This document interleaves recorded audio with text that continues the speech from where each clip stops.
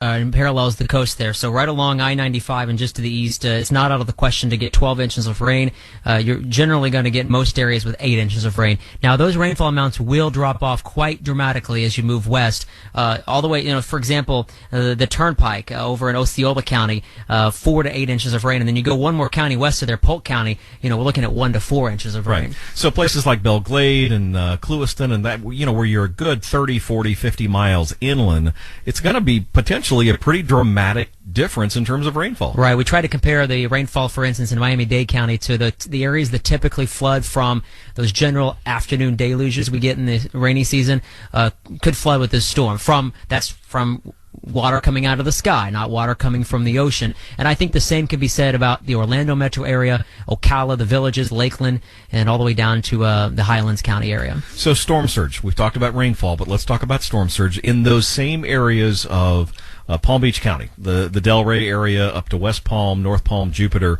What are we looking at on storm surge right now? Well, as of the 8 o'clock advisory, or 5 o'clock advisory, actually, the storm surge warning only extended from, I think, I don't have it pulled up right now, but basically West Palm Beach northward. So there's still kind of, remember when I mentioned the latitude of where the eye is, the storm surge should start to go down after the eye moves north of your latitude when you're looking on a map, unless you still have a high tide coming up. And then the water could still continue to get a little higher. We saw this with Hermine. Some of the highest water levels were 2 hours, 3 hours after landfall. Okay, so let's walk our way up the coast then and talk about Stewart and Fort Pierce and places like Melbourne. What are we projecting now as this storm gets closer and closer in terms of that storm surge? Okay, well, I'm going to pull up the most recent storm surge inundation map from the National Hurricane Center to walk you through that. That's built on science, okay? This is the what they call is the reasonable worst case scenario, meaning there's enough of a chance that what I'm about to mention could happen that you should prepare for it. And the storm surge actually goes up quite dramatically. I don't want to diminish it, but we're looking at the 3-foot range. It's kind of hard to see some of my labels on the map, but we're looking at the 3-foot range basically in the areas you just mentioned, just south of Melbourne, down to Indian River County and St. Lucie County. But as you get up to the Cape Canaveral area, and especially just north of the Cape, storm surge potential inundation greater than 6 feet above ground, not only above ground, but above high tide above ground, with waves on top of that. That's what makes storm surge so dangerous, Randy. Right. So in those areas around the Cape, that's why we're so concerned about that area with this storm, because the eye is moving gradually closer and closer to that area in terms of potentially even making a quote-unquote landfall over the Cape. Yeah, and it's going to be the most significant right before landfall. That's where the most amount of water and wind will kind of converge on the coastline. All right, so I'll tell you what, I'll go back down to the radar data for the rain bands down in South Florida, because some of the rain bands, let me actually do what I did just in the last update in case anyone missed it. I'm going to actually walk you through kind of the different categories of wind and when they'll be arriving there along the Treasure Coast, because that's what I'm going to be most concerned about as we get closer to the midnight hour. So I'm going to use Fort Pierce as an example, and then I'm going to use Melbourne. Both of these cities, I'll give you times of arrival of the outer eye wall when it comes closest to you later tonight. So the storm is moving north-northwest at 13, and I'm putting that data into the radar right now, and the sustained hurricane force winds can be expected by midnight or maybe 12:30 at the latest in Fort Pierce, and then we're looking at Melbourne closer to 3 a.m. That's when sustained hurricane force winds could be arriving right along the coast. The eye of the storm, where the Cat 3 winds potentially could move up right along the coast, I think that potentially could miss Fort Pierce just to the east, but I'm going to go ahead and give you that time anyway. In other words, this is when the winds could be at their worst, and we're looking at 2:30 to 3 a.m., and in Melbourne we're looking at 5:30 to 6 a.m. I hope that helps folks who, maybe some local officials who have to do some last-minute preparations. No, very much so, and in fact, as we look at the radar right now, the Fort Pierce, Vero Beach, Sebastian, Melbourne areas already in the rain, already into some gusty winds, but the stronger bands with the heaviest rain activity and with the highest winds are yet to come within about the next 3 to 5 hours. And so that's what we're going to be monitoring very closely. Absolutely. And real quick, and I've been continuing to remind our listeners who might be from, say, Daytona to Jacksonville, we're not ignoring you. I know that there's a lot of messaging coming out right now about how significant and how devastating this storm surge could be. We're going to continue to watch that closely, and as the storm gets closer and closer and closer, confidence will continue to grow on how high this water is going to rise. Right now, the National Weather Service in Jacksonville, in coordination with the National Hurricane Center, projecting a 7 to 11 foot storm surge in parts of the Jacksonville metro area and where the St. Johns River comes out. So there's a lot of tracking yet to do with Hurricane Matthew over the next couple of days as it makes its way through Florida, Georgia, and the South Carolina area. For those of you listening in the Tampa, St. Pete area, you have rain right now. Amazing to think that you've got a system that is this large. It's producing rain activity that's over through Sarasota, Tampa, Lutz, Spring Hill, all of those areas getting rain as well. In the Fort Myers area and the Naples area, we have had rain as well. It is 9:50 right now. We're just about finished with this update from the Florida Public Radio Emergency Network. A quick reminder, download the Florida Storms app. It allows you to stay up to date by being able to receive either your favorite public radio station or the radio station, the public radio station that is closest to the location that you're at, their evacuation routes, and it shows you the shelters that may be open at that time. From the Storm Center in Gainesville at the University of Florida, this is the Florida Public Radio Emergency Network. And we're back again. I'm Christine DiMattei, WLRN Miami Herald Newsroom in Doral, along with my colleague Tracy Fields, who's in downtown Miami. We're here. We'll be here. Okay. And there you have it from the Florida Public Radio Emergency Network. Our two meteorologists there saying that in terms of what Palm Beach County can expect, this is going to be a long night. Lots and lots of rain. Okay. For hours. Indeed. But he also mentioned that there's a band coming into the Miami area in, I guess, about a half an hour, 45 minutes, or sometime within the next 45 minutes, most likely. So even though they've made some changes to the threat level in Miami, we are not out of the rain yet, so to speak. Correct. And on the line, we have got WLRN reporter Kate Stein. Kate, you with us? Yes, I am. Hello, Chris. Okay. Well, where are you, Kate Stein? I am in the Palm Beach County Emergency Operations Center. Okay, now down that's in the hallway here. That's a tale in itself, because originally I do believe that for reporters who were anticipating having to sleep over, initially Palm Beach County said no, nobody can stay in emergency ops all night, but they've changed their minds about that, haven't they? Well, it wasn't so much a question of changing their minds, but what they had said initially was that they were going to limit it to Palm Beach County reporters, and of course WLRN is 4 counties, so I just had to make clear that Palm Beach is in fact among the counties that listen to us, yes. And then I was given permission to spend the night. Okay, good. Did you bring your pillow? Do you think it's going to last that long? I did bring my pillow.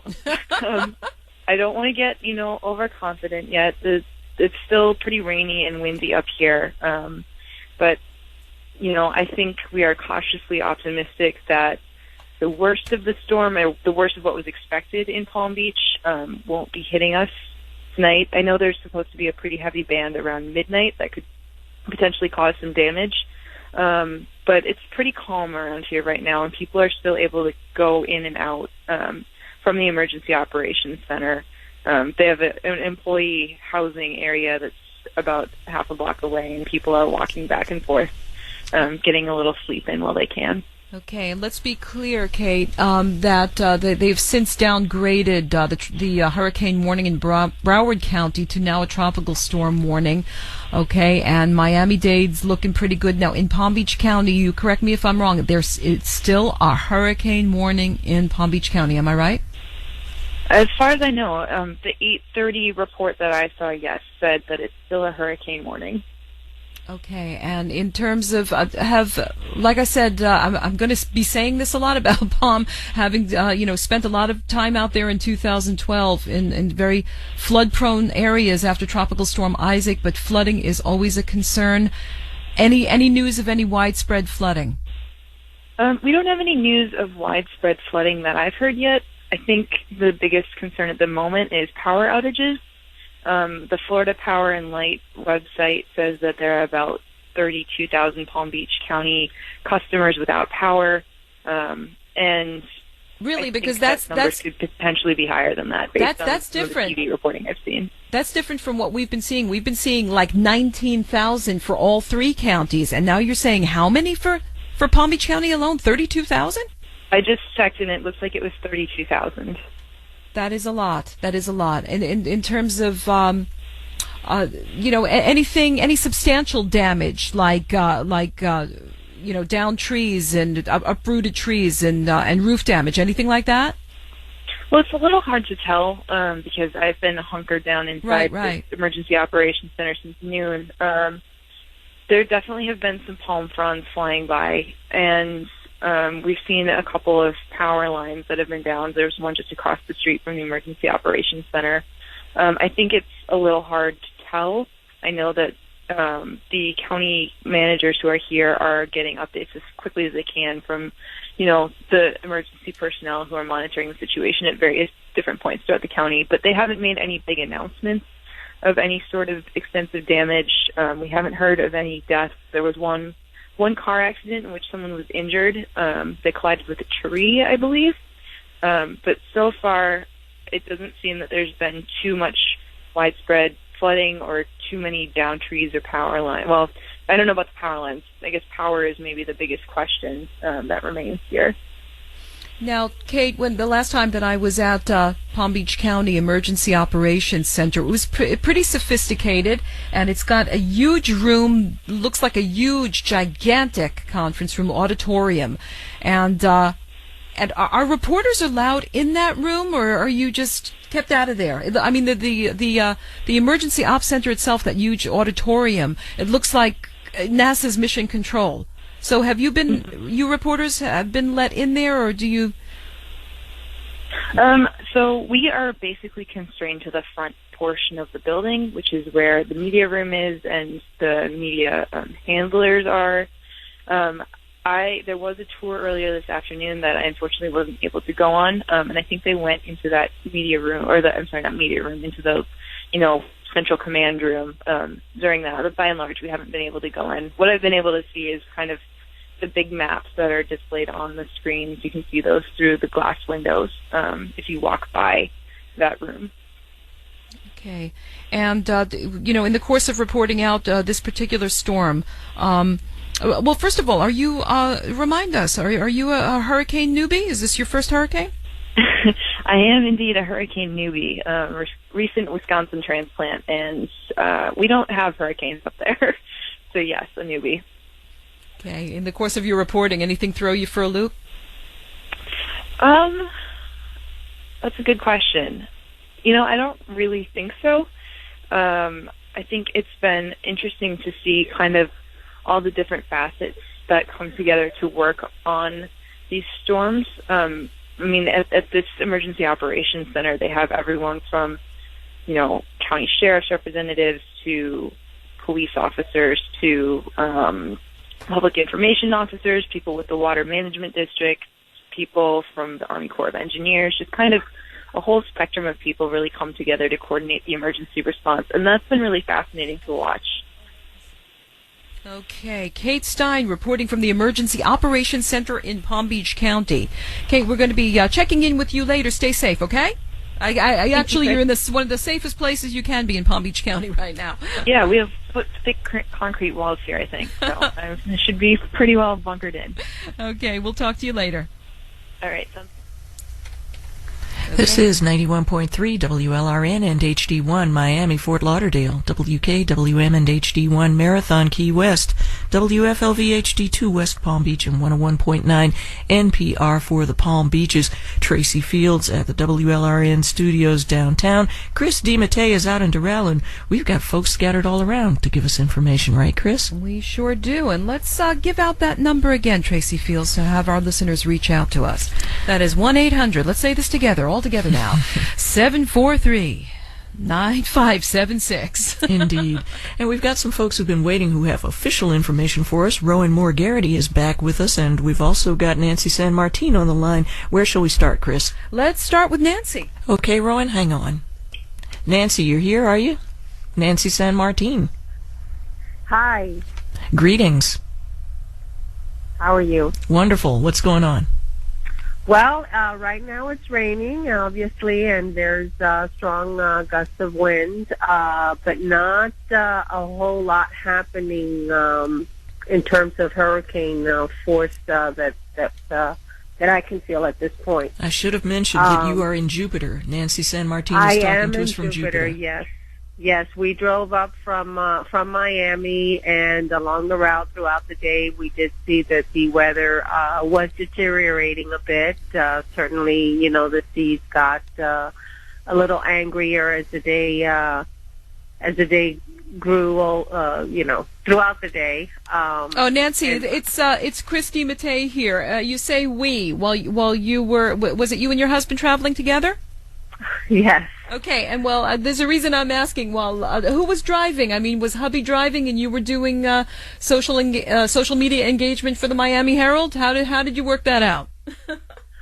Well, I was. We were both kind of on the field, as you know. My husband's a photographer for Getty Images, so while he was driving, we were doing a lot of stopping and looking, and he's taking pictures, and I'm talking to people and taking video and sending feeds to the desk. So that's how we spent our day today.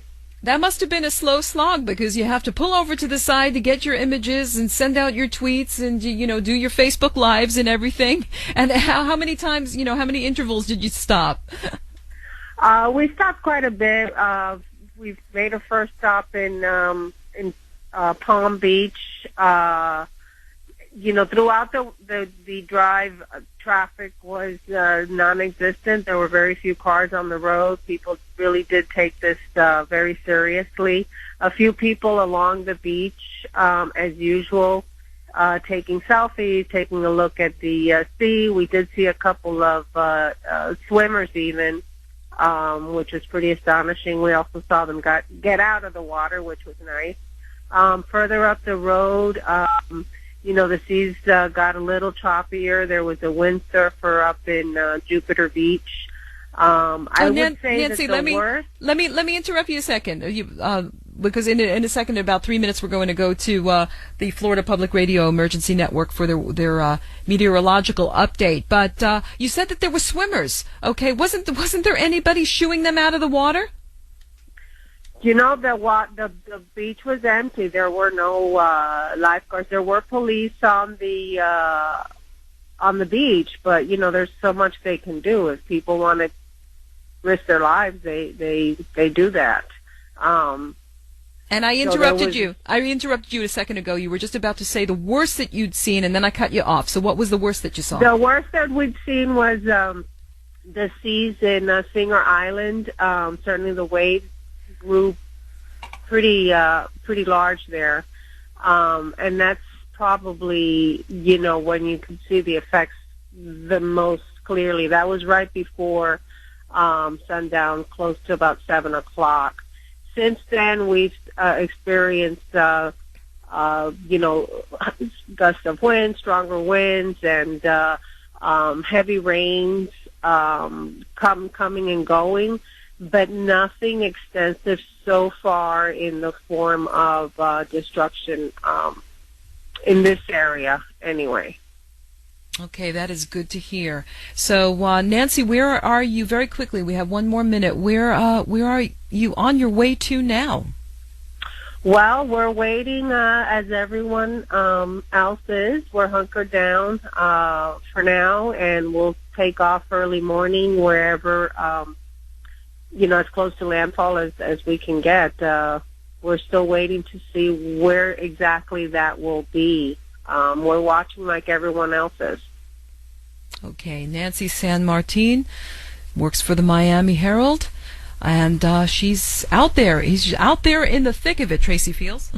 Thank you, Nancy. Stay safe out there. We'll talk to you a little later on. Thank you both. Good night. Good night. Okay, and before we go to Rowan Morgarity in just a matter of seconds, we're going to have another update from the Florida Public Radio Emergency Network. and our meteorologists there, Randy Wright and Jeff Huffman. And once again, we're reaching out to our callers, 800-743-9576. The time now, 10:04. This is live coverage of Hurricane Matthew from the Florida Public Radio Emergency Network Storm Center. I'm Jeff Huffman. Hurricane Matthew now about 60 miles due east of Martin, Florida, and it's moving northwest at 13 miles per hour. Still a major hurricane, winds of 130 miles per hour as of the 8 p.m. advisory. We do have some good news to report that the hurricane warnings for Broward and Dade counties have been reduced to tropical storm warnings as the worst conditions have passed there. However, conditions will be going downhill, and hurricane force winds sustained will be approaching Fort Pierce between 11:30 and 12, approaching Vero Beach just after 12, and then Melbourne, we're looking at possibly 2 to 3 a.m. is when sustained winds of hurricane force will be approaching with major Hurricane Matthew. Also, the storm surge, it could be catastrophic. Those are words of the National Weather Service in Jacksonville. We'll have much more on this throughout the night here from the Florida Public Radio Emergency Network. Well, that was short and sweet. And informative. I was just telling Peter J. a couple of hours ago, Tracy, that it's just so wonderful to have actual, real, live meteorologists instead of, reporters who pretend to be. like the rest of us, yeah. Like I've had to be. And actually, Chris, that reminds me, speaking of pretend meteorologists or enthusiastic amateurs, we spoke with a gentleman earlier who tracks hurricanes, and he was kind of missing hearing the coordinates given so that he could make his track keep up with the movement of the hurricane, and it occurred to me that I haven't given the coordinates in quite a while, so here they are, just in case you were wondering, the latest coordinates that we have for the center of Hurricane Matthew from the National Hurricane Center: 26.2 north, 78.6 west. Again, that's 26.2 degrees north, 78.6 degrees west as of 2100, or 9 o'clock, if you want to count it that way. Oh, he really tracks it like that? Fancy schmancy stuff. I'm impressed. Yeah, people do that. As a matter of fact, maybe at some point we'll hear from an amateur forecaster somewhere in the Palm Beach area, somebody who knew, or perhaps even further south or north, somebody who knew, as many amateurs did, that this wasn't going to be much for the area where they were looking. Yeah. But we'll talk more about that later a little, perhaps. Meanwhile, we've got Rowan on hold, right? Rowan's been waiting for quite some time. Hey, Rowan. Yes, hi there. There he is again. Can you hear me? Yeah, we got you. So, nothing new to report. If anything, actually, I'd just say it is quieting down here. You're seeing fewer and fewer people out on the floor. And I'd say the attention, which just a couple hours ago here in Broward was very intently on screens showing weather maps of all shapes and sizes, has now drifted onto NFL and Major League games and so forth. And so it seems that while there's still dozens of people who are tracking this, paying very close attention and making sure that folks are out in the field, getting down power lines up and things like that, the pressure is at least a little bit off of Broward County. And, Rowan, at what point, do you happen to know, there at the Emergency Operations Center in Broward County, at what point do they say, start telling people, okay, you can start to go home now, or is it just all hands on deck until the early morning hours? How does this work? So they have not announced plans for another update later tonight, and the message from the mayor a couple hours ago was very clear that they wanted people to spend the night where they were. And I think that is just to sort of keep things on the predictable side as much as possible. So we can expect more info from them first thing tomorrow morning. But for now, with gusts of wind, with potential hazards from electrical lines and so forth, they just want folks to stay where they are, whether that's in a shelter, at home, or at a friend's house. Hey, Rowan, it's Peter here. I'm curious about something internally at the EOC, the people who are there. I mean, I know the official stance, and rightfully so, is one of extreme caution and erring on the side of caution, perhaps.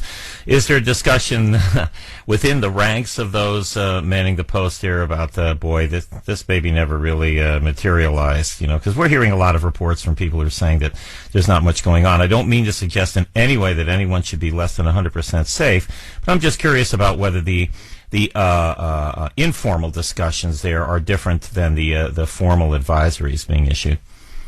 Well, I'll tell you, I have not got wind of too many informal discussions. I'm looking for the window at the county mayor, though, and he seemed pretty relaxed. Another reporter was just observing how untired he seemed, which is maybe not what you'd expect to hear. And so you can take that as a sign of good news. I can tell you that all the reporters who live closer by than I do are long gone. The TV crew started packing up a little while ago after that press conference, and the newspaper reporters have gone home to Fort Lauderdale and other points in between.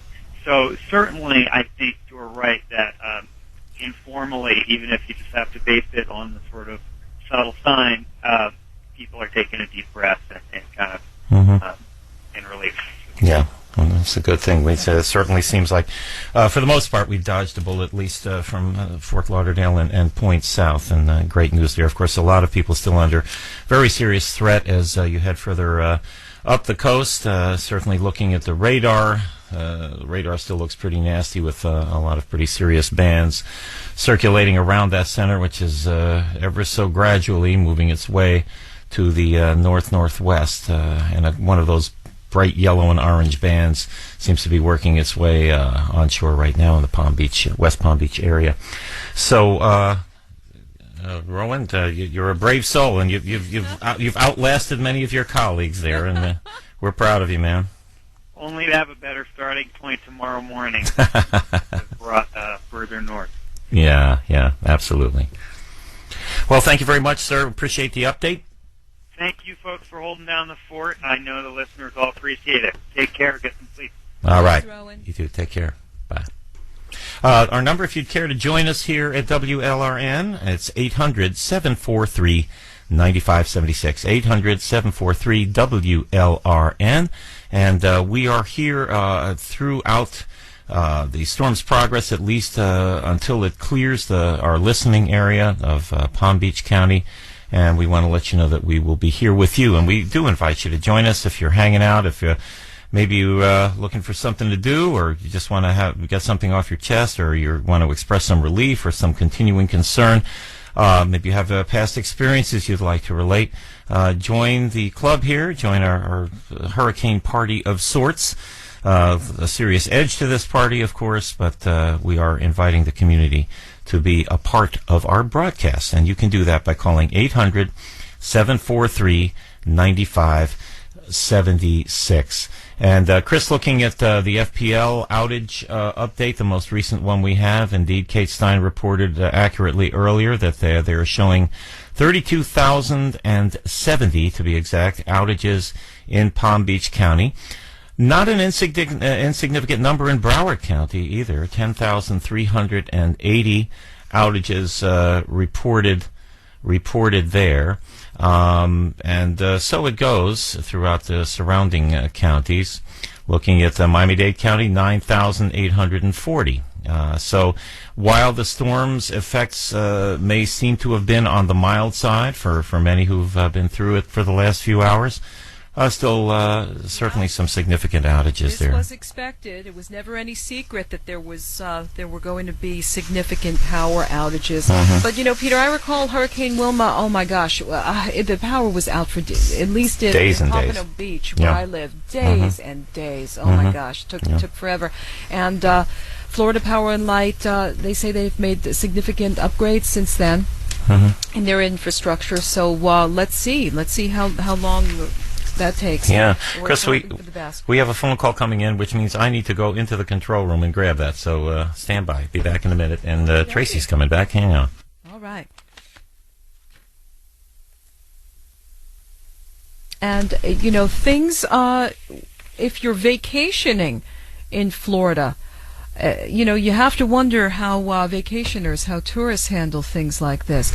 Now, we have a report. There are people evacuating to Lee County say that there are no more available hotel rooms in that area, so they are staying in local public shelters.